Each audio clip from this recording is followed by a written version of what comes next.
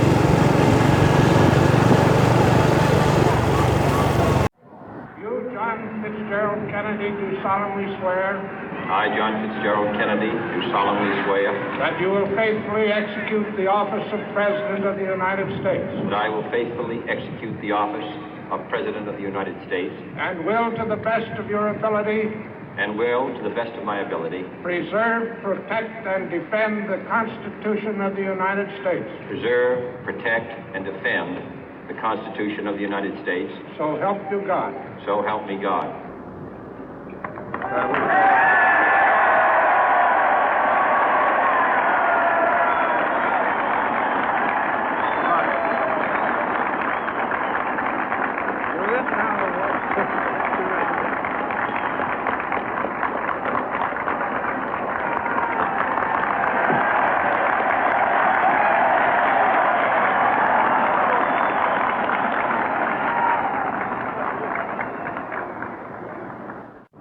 Vice President Johnson, Mr. Speaker, Mr. Chief Justice, President Eisenhower, Vice President Nixon, President Truman, Reverend clergy, fellow citizens. We observe today not a victory of party, but a celebration of freedom, symbolizing an end as well as a beginning, signifying renewal as well as change.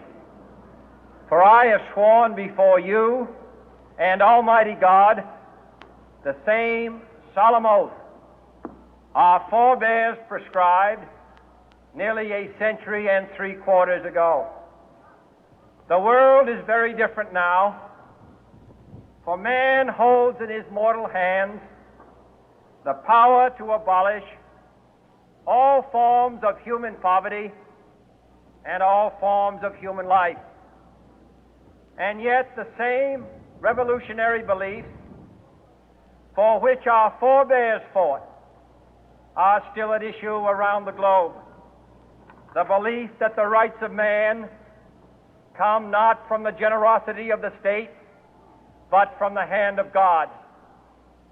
We dare not forget today that we are the heirs of that first revolution.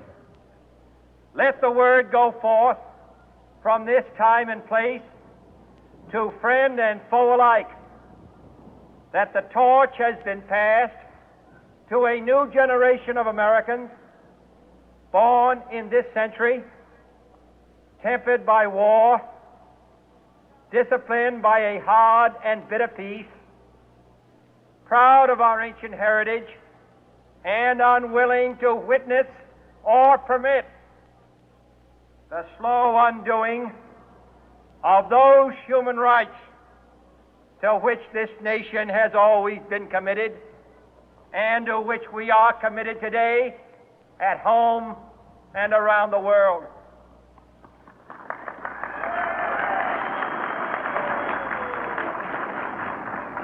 Let every nation know, whether it wishes us well or ill, that we shall pay any price, bear any burden, meet any hardship, support any friend, oppose any foe to assure the survival and the success of liberty.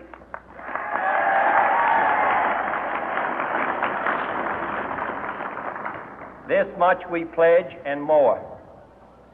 To those old allies whose cultural and spiritual origins we share, we pledge the loyalty of faithful friends. United, there is little we cannot do in a host of cooperative ventures. Divided, there is little we can do, for we dare not meet a powerful challenge at odds and split asunder. To those new states whom we welcome to the ranks of the free, we pledge our word that one form of colonial control shall not have passed away, merely to be replaced by a far more iron tyranny. We shall not always expect to find them supporting our view, but we shall always hope to find them strongly supporting their own freedom and to remember that in the past, those who foolishly sought power by riding the back of the tiger ended up inside.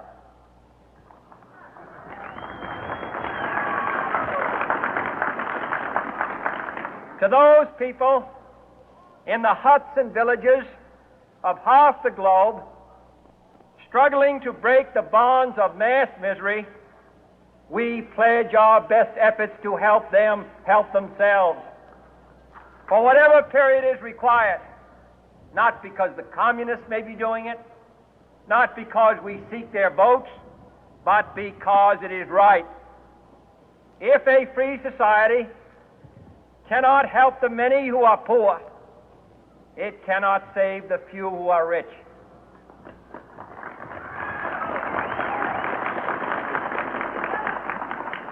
To our sister republics south of our border, we offer a special pledge to convert our good words into good deeds, in a new alliance for progress, to assist free men and free governments in casting off the chains of poverty. But this peaceful revolution of hope cannot become the prey of hostile powers. Let all our neighbors know that we shall join with them to oppose aggression or subversion anywhere in the Americas. And let every other power know that this hemisphere intends to remain the master of its own house.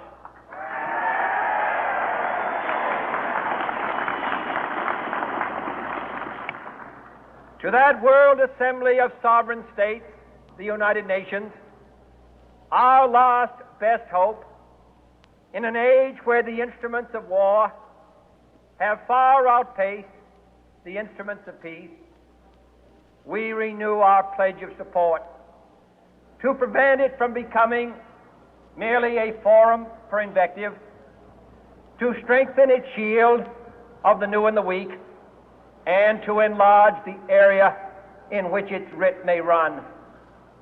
Finally, to those nations who would make themselves our adversary, we offer not a pledge, but a request that both sides begin anew the quest for peace. Before the dark powers of destruction, unleashed by science, engulf all humanity in planned or accidental self-destruction, we dare not tempt them with weakness, for only when our arms are sufficient beyond doubt can we be certain beyond doubt that they will never be employed. But neither can two great and powerful groups of nations take comfort from our present course, both sides overburdened by the cost of modern weapons, both rightly alarmed by the steady spread of the deadly atom, yet both racing to alter that uncertain balance of terror that stays the hand of mankind's final war. So let us begin anew, remembering on both sides that civility is not a sign of weakness, and sincerity is always subject to proof. Let us never negotiate out of fear, but let us never fear to negotiate.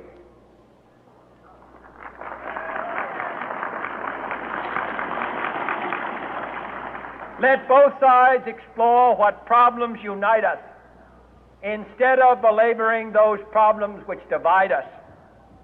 Let both sides, for the first time, formulate serious and precise proposals for the inspection and control of arms, and bring the absolute power to destroy other nations under the absolute control of all nations.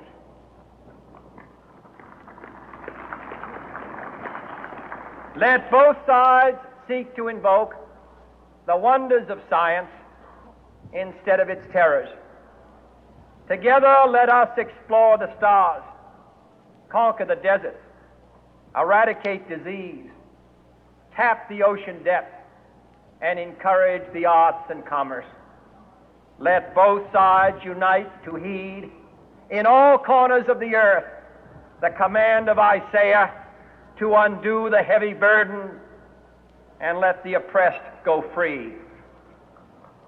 And if a beachhead of cooperation may push back the jungle of suspicion, let both sides join in creating a new endeavor, not a new balance of power, but a new world of law, where the strong are just and the weak secure and the peace preserved. All this will not be finished in the first 100 days, nor will it be finished in the first 1,000 days, nor in the life of this administration, nor even perhaps in our lifetime on this planet. But let us begin.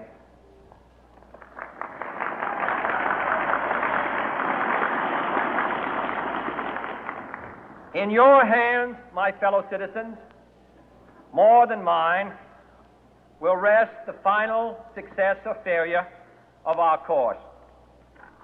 Since this country was founded, each generation of Americans has been summoned to give testimony to its national loyalty.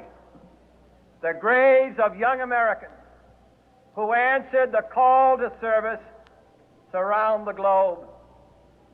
Now the trumpet summons us again, not as a call to bear arms, though arms we need, not as a call to battle, though in battle we are, but a call to bear the burden of a long twilight struggle, year in and year out, rejoicing in hope, patient in tribulation, a struggle against the common enemies of man, tyranny, poverty, disease, and war itself. Can we forge against these enemies a grand and global alliance, north and south, east and west, that can assure a more fruitful life for all mankind? Will you join in that historic effort?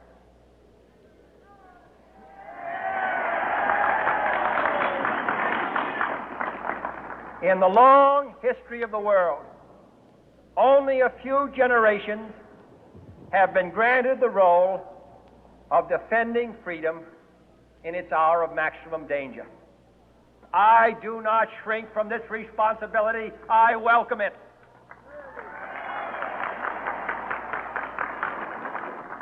I do not believe that any of us would exchange places with any other people or any other generation. The energy, the faith, the devotion which we bring to this endeavor will light our country and all who serve it. And the glow from that fire can truly light the world. And so, my fellow Americans, ask not what your country can do for you, ask what you can do for your country.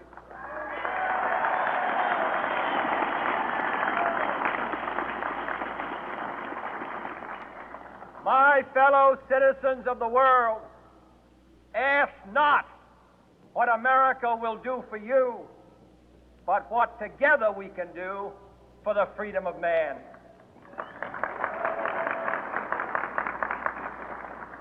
Finally, whether you are citizens of America or citizens of the world, ask of us here the same high standards of strength and sacrifice which we ask of you.